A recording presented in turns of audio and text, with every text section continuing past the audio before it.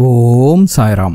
இன்னைக்கு புரட்டாசி ஒன்றுங்க. அதுவும் பௌர்ணமியோடு வந்திருக்கக்கூடிய இந்த புரட்டாசி 1ஆம் தேதி அன்னைக்கு இந்த பொருட்களை வாங்கினாலே போதுங்க, உங்கள் வீட்டில் லக்ஷ்மி கடாட்சம் ஏற்பட்டு உங்கள் வீட்டில் வந்து பார்த்தீங்கன்னா செல்வம் மலை போல சேரும். இதன் மூலமாக உங்கள் வீட்டில் இருக்கக்கூடிய கடன் சுமைகள்லாம் தீருங்க. உங்கள்கிட்ட வந்து பார்த்தீங்கன்னா பணமும் பல வழியிலிருந்து வந்து சேர்ந்து நீங்களும் அடுத்த புரட்டாசிக்குள்ள மிகப்பெரிய பணக்காரர் ஆவதற்கு உண்டான ஒரு நல்ல ஒரு அதிர்ஷ்டம் ஏற்படும். அப்படி என்ன பொருட்களை வாங்கணும் அப்படின்னு தான் இந்த வீடியோவில் பார்க்க போகிறோம். வாங்க வீடியோக்குள்ளே போகலாம். அதுக்கு முன்னாடி நீங்கள் இப்போ தான் நம்ம சேனலுக்கு ஃபஸ்ட் டைம் வரீங்கன்னா மறக்காமல் நம்ம சேனலை சப்ஸ்கிரைப் பண்ணிக்கோங்க.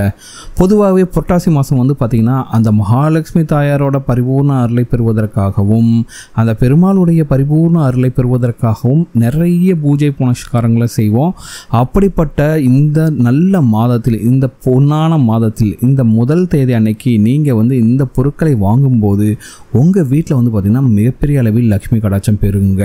சரிங்களா? எளிமையாக செய்யக்கூடிய இந்த பரிகாரத்தின் மூலமாக உங்கள் வீட்டில் வந்து செல்வ கடாட்சம் பெருகும். எதற்காகனா, பொதுவாகவே ஒவ்வொரு மாத பிறப்பும் வந்து பார்த்திங்கன்னா ரொம்ப ரொம்ப சிறப்பானது. அதுவும் பார்த்திங்கன்னா இந்த புரட்டாசி மாதம் செப்டம்பர் 17ஆம் தேதி அன்னைக்கு பிறக்குது, அதாவது இன்னைக்கு பிறக்குது. இந்த நாள் வந்து பார்த்திங்கன்னா பௌர்ணமியோடு சேர்ந்து வருதுங்க. சரிங்களா? இப்படிப்பட்ட ஒரு நாள் வந்து பார்த்திங்கன்னா உங்களுக்கு வந்து நல்ல பலன்களை கொடுக்கும். இன்றைக்கி நீங்கள் வாங்கக்கூடிய அந்த மங்களகரமான பொருட்களின் மூலமாக உங்களுக்கு லக்ஷ்மி கடாட்சம் ஏற்படும். உங்கள் வீட்டில் செல்வம் உயரும் அப்படின்னு ஐதீகத்தை சொல்லியிருக்காங்க. சரிங்களா? அப்படி என்ன பொருட்களை வாங்கணும்னு பார்க்கலாம். உங்களுடைய வீட்டில் மங்களங்கள் பெருக, உங்கள் வீட்டில் நல்ல காரியங்கள் நடக்க, சுப காரியங்கள் நடக்கணும் அப்படிங்கிறதுக்காக இந்த 1ஆம் தேதி அன்னைக்கு நீங்கள் மஞ்சள் தூள், விரலி மஞ்சள், குண்டு மஞ்சள் அல்லது சந்தனத்தில் கஸ்தூரி மஞ்சள் போன்ற மஞ்சள் சம்பந்தப்பட்ட பொருட்களை நீங்கள் வந்து வாங்க வேண்டும்.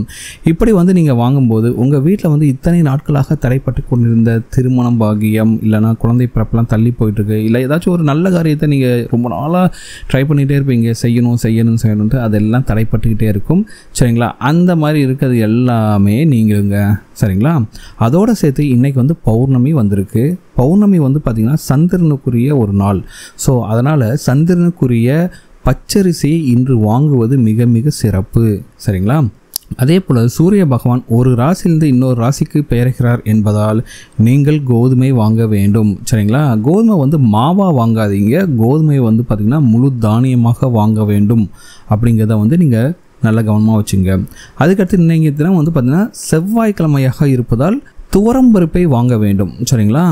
இந்த பொருட்களை வாங்கும்போது உங்கள் வீட்டில் வந்து பார்த்திங்கன்னா இந்த பொருட்கள் எல்லாமே பல்கி பெருகும். இதோடு சேர்த்து மகாலட்சுமி தாயாரின் பரிபூர்ண அம்சமும் பொருந்திய கல்லுப்பு, மங்களகரமான பொருட்களான குங்குமம் இவற்றையும் நீங்கள் வாங்க வேண்டும். சரிங்களா? இப்போ நான் சொன்ன பொருட்களில் எதெல்லாம் உங்களால் வாங்க முடியுமோ அந்த பொருட்கள்லாம் வாங்கிக்கோங்க. முடிந்தவர்கள் தங்கம், வெள்ளி போன்ற நகைகளை கூட இன்றைக்கு வாங்கலாம். சரிங்களா? ஏன்னா செவ்வாய்க்கிழமை அன்னைக்கு நீங்கள் தொடர காரியம் வந்து பார்த்திங்கன்னா அது அப்படியே கண்டினியூ ஆகிட்டே இருக்கும். ஸோ நீங்கள் வந்து எத்தனை மணிக்கு வாங்கலான்னா நீங்கள் சாயந்தரம் போல் இந்த பொருட்களை வாங்கி கொள்ளலாம். சரிங்களா? இந்த பொருட்களை வாங்கிட்டு வந்துட்டு என்ன பண்ணணும், உங்கள் வீட்டு பூஜையில் வைத்து சுவாமி படங்களுக்கு எப்பவும் போல் நீங்கள் வந்து பூ எல்லாமே வச்சுட்டு அந்த அம்பாளுக்கு முடிந்தால் குங்கும அர்ச்சனை செய்வது அதீத பலனை கொடுக்கும். உங்களுக்கு தெரிஞ்ச எந்த ஒரு மந்திரம் இருந்தாலும் சரி, மகாலட்சுமி மந்திரம் இருந்தாலும் சரி, எது இருந்தாலும் சரி, அந்த மந்திரங்களை அல்லது யூடியூப்பில் அந்த பாட்டை கூட போட்டு விட்டுட்டு உங்கள் வீட்டில் இருக்கக்கூடிய அம்மனுக்கு குங்கும அர்ச்சனை செய்து அந்த குங்குமத்தை உங்கள் நெற்றியில் வைத்துக்கொள்வது என்பது உங்களுடைய வறுமையை போக்கும் அப்படின்னு கூறப்பட்டிருக்கு. சரிங்களா? இது போக இன்னைக்கு புரட்டாசி முதல் நாள் பணவசியம் ஏற்பட பெருமாள் கோவிலில் என்ன மாதிரி நீங்கள் கும்பிடணும் அப்படின்னு பார்க்கலாம்.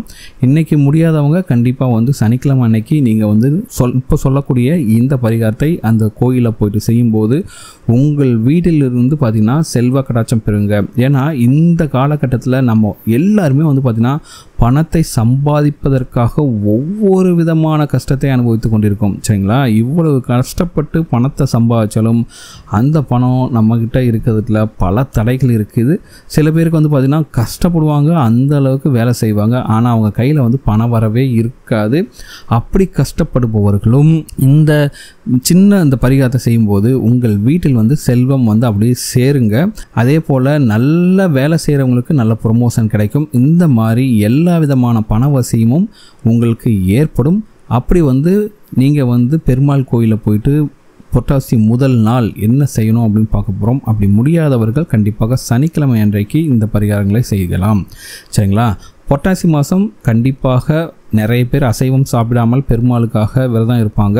அப்படி இருக்கும்போது பார்த்தீங்கன்னா நீங்கள் சனிக்கிழமை அன்னைக்கு பெருமாளுக்கு நீங்கள் வந்து சாமியெல்லாம் கும்பிட்டுட்டு ஏழை எளியவர்களுக்கு தானத்தை கொடுக்கலாங்க. சரிங்களா? சாப்பாடு வாங்கி கொடுக்கலாம். இல்லை உங்கள் வீட்டிலேயே வந்து பார்த்திங்கன்னா பல்வேறு விதமான சாதங்களை செய்து அந்த சாதங்களை மற்றவர்கள் தானமாக கொடுக்கலாம். சரிங்களா?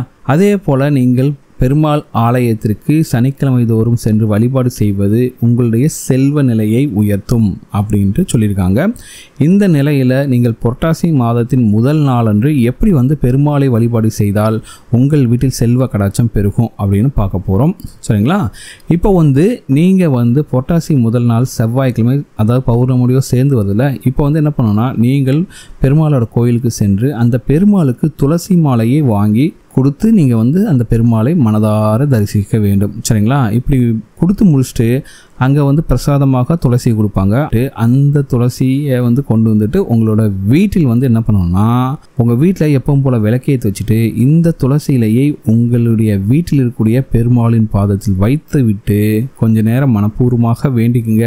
உங்கள் வீட்டில் இருக்கக்கூடிய கஷ்டங்கள்லாம் நீங்கி நீங்களும் வந்து பார்த்திங்கன்னா எந்த ஒரு பணத்தடையும் இல்லாமல் பணம் நிறைய வந்து சேரணும் அப்படின்ட்டு மனப்பூர்வமாக வேண்டிக் கொண்டு போயிட்டு உங்களோட பீரோவில் எங்கே பணம் வைக்கிறீங்களோ அங்கே வந்து வச்சுனுங்க. சரிங்களா? இப்படி செய்வதன் மூலமாக உங்கள் வீட்டில் இருக்கக்கூடிய பணத்தில் இருக்கக்கூடிய தோஷங்கள் நீங்கும், பணத்தடை விலகும். இந்த ரெண்டுமே நடந்துச்சுனாவே போதும், உங்கள் வீட்டில் வந்து பணவசியம் ஏற்பட்டு பணம் வந்து பார்த்திங்கன்னா நான்கு புறம் என்ன எல்லா சைட்லேருந்தும் உங்களை தேடி வர ஆரம்பிச்சிடும். நியாயமான முறையில் கஷ்டப்பட்டு உழைப்பவர்களுக்கு அந்த உழைப்புக்கான பணம் வந்து கண்டிப்பாக வரும். மேலும் பண வரவு பல சைட்லேருந்து வருவதற்கான வாய்ப்புகள் வந்து உங்களுக்கு வந்து கண்கூடாக தெரியுங்க. ஏன்னா செல்வத்திற்கு அதிபதியாக திகழக்கூடிய பெருமாள் மற்றும் மகாலட்சுமி தாயாரோட பரிபூர்ண அருள் உங்களுக்கு கிடைப்பதனால கண்டிப்பாக உங்கள் வீட்டில் செல்வ கடாட்சம் பெருகும். ஒருவேளை உங்களால் வந்து இன்றைக்கி போக முடியலன்னா கண்டிப்பாக சனிக்கிழமை அன்னைக்கு பெருமாள் கோயிலுக்கு போயிட்டு அவருக்கு வந்து அந்த துளசி மாலையை வந்து வாங்கி கொடுத்துட்டு அங்கே கொடுக்கக்கூடிய அந்த துளசியை வீட்டுக்கு கொண்டு வந்துட்டு அவர் பாதத்தில் வச்சுட்டு உங்களோட பீரோவில் வச்சுக்கோங்க. எங்கே பணம் வைக்கிறீங்களோ கண்டிப்பாக உங்களுக்கு லக்ஷ்மி கடாட்சம் பெருகி உங்கள் வீட்டில் செல்வ கடாட்சம் பெருகுங்க. இந்த வீடியோ உங்களுக்கு பிடிச்சிக்க நம்புறேன். இந்த வீடியோ உங்களுக்கு பிடிச்சிருந்தா மறக்காமல் நம்ம சேனலை சப்ஸ்கிரைப் பண்ணுங்கள். இந்த வீடியோவை உங்கள் ஃப்ரெண்ட்ஸோட ஷேர் பண்ணுங்கள். இந்த வீடியோ பற்றின உங்களோட கமெண்ட்ஸை கமெண்ட்டில் கமெண்ட் பண்ணுங்கள்.